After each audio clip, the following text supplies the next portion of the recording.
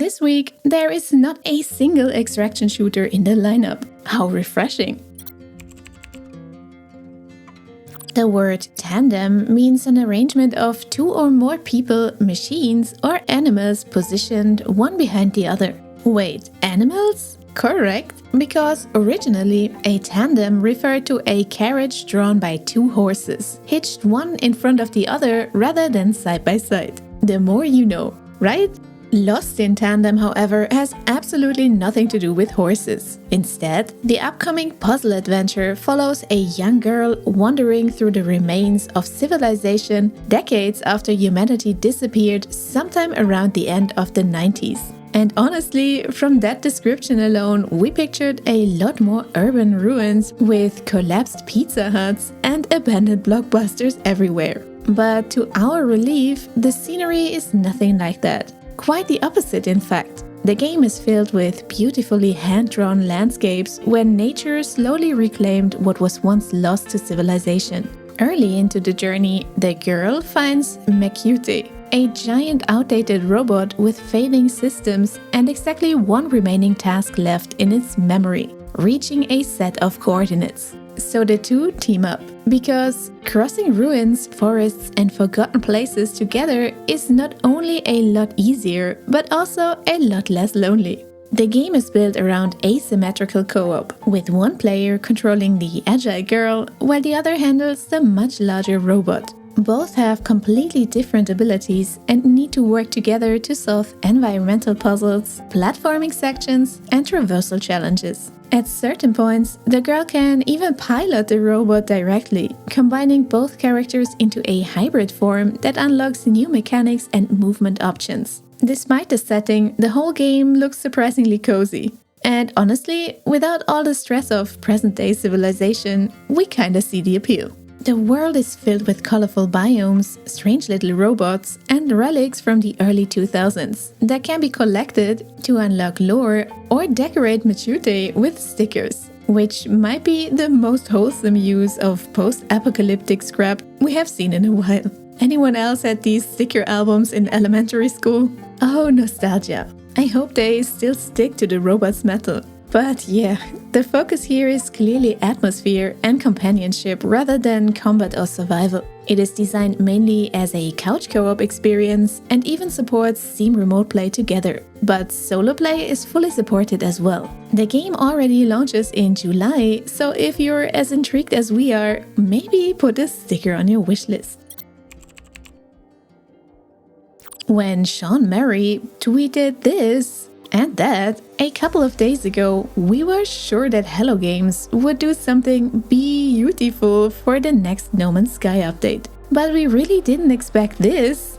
The new free update called The Swarm is actually all about the Hive of Glass, a gigantic alien starship hovering over planets, kinda looking like an angry Death Star. The big alien mothership deploys hundreds of little robotic swarmer drones that are more agile than any space pirates you have met before. And I don't even want to talk about that giant laser cannon. To defeat this hive, players must work together in the newest limited time expedition. Everything starts with a kind of personality test, I guess, that assigns you to one of the three factions: Royals, Sages, or Weavers. Each faction gets their own colored theme with a special ship and uniform. So it's somewhat like Space Hogwarts, but Hufflepuff is missing. Then it's all about friendly competition between and within factions. Members of each faction share progress from various activities. For example, on planets, we will gather intelligence by dismantling fallen swarmer parts. These are guarded by groups of swarmers trying to hold you off, so better come prepared. All efforts and research goes into the construction of the Prismatic Core, a device built to defeat the swarmers and their mothership. I'll also have to add that only one team, the most successful one, will be memorialized in the space anomaly for all time. Pretty cool, right? But even if you won't make it into the Memorial Hall, you can still earn some unique rewards like the very aesthetic Dire Wasp armor, a matching jetpack, and a new combat rifle multi-tool. The event is already live now and runs for roughly 8 weeks. So if you ever wanted No Man's Sky to feel more like sci-fi Hogwarts, this is probably the closest it has gotten so far. This game just keeps on surprising us with their free updates, and we're really excited to see what they are planning for the game's 10-year anniversary in August this year.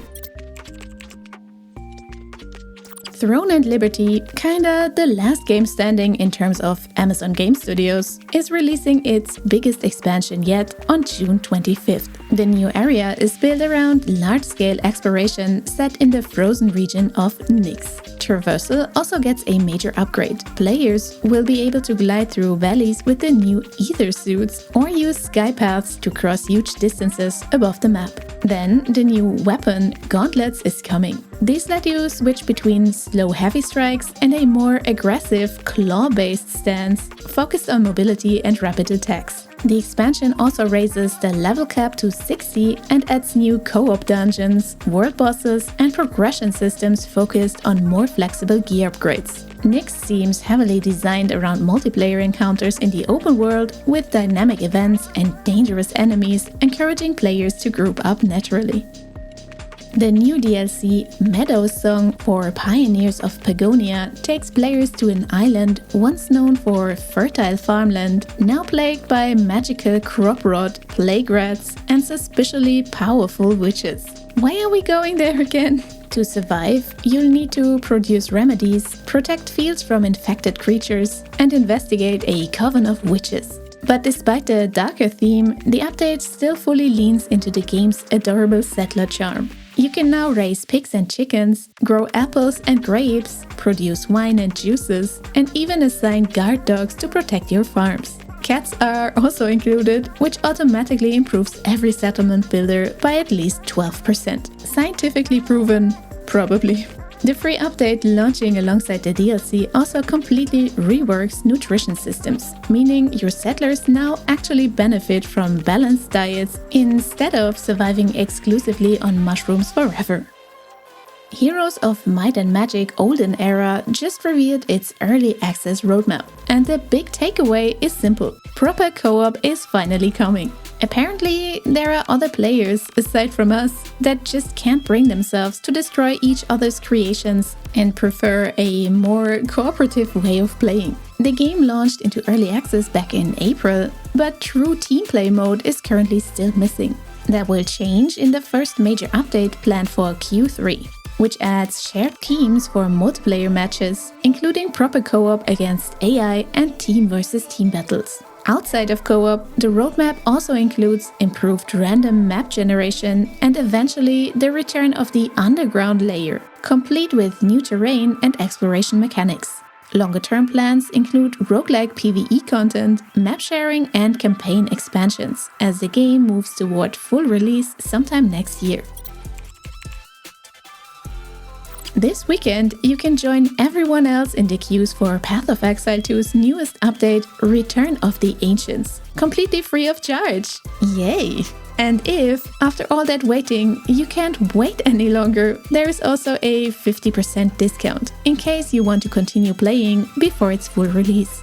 We will probably postpone our return to Path of Exile for another week or two, because there are currently numerous settlements in Romestead in rather desperate need of our attention. But that's it for this week. We wish you tons of fun in co-op, whether you're rebuilding Rome or slashing through hordes with your favorite people, and we'll see you again in the next one.